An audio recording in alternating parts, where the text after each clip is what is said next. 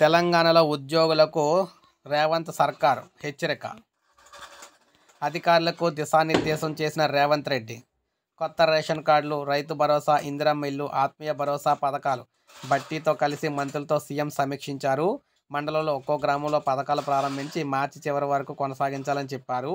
రాష్ట్రంలో రేపటి నుంచి 4 పథకాలు అమలు అవుతున్నాయి. ఈ నేపథ్యంలో ఉద్యోగులకు సంబంధించి దిశానిర్దేశం చేయడం జరిగింది. సో ఉద్యోగులకు సంబంధించి ఏం చెప్తున్నారంటే, ఎట్టి పరిస్థితుల్లో ఉద్యోగులు ప్రతి ఒక్కరూ కూడా వారి బాధ్యతలు సక్రమంగా నిర్వర్తించాలని చెప్పడం అయితే జరిగింది.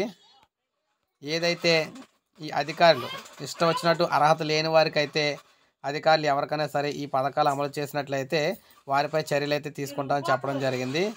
సో మొత్తం అంతా కూడా దగ్గరుండి జాగ్రత్తగా అధికార యంత్రాంగం అయితే చూసుకోవాలని, ఏ చిన్న తేడా వచ్చినా అధికారులపై చర్యలు అయితే తప్పు అని చెప్పేసి ఇక్కడ మనకు చెప్పడం అయితే జరిగింది. సో అది గమనించాలన్నమాట ఉద్యోగులందరూ కూడా.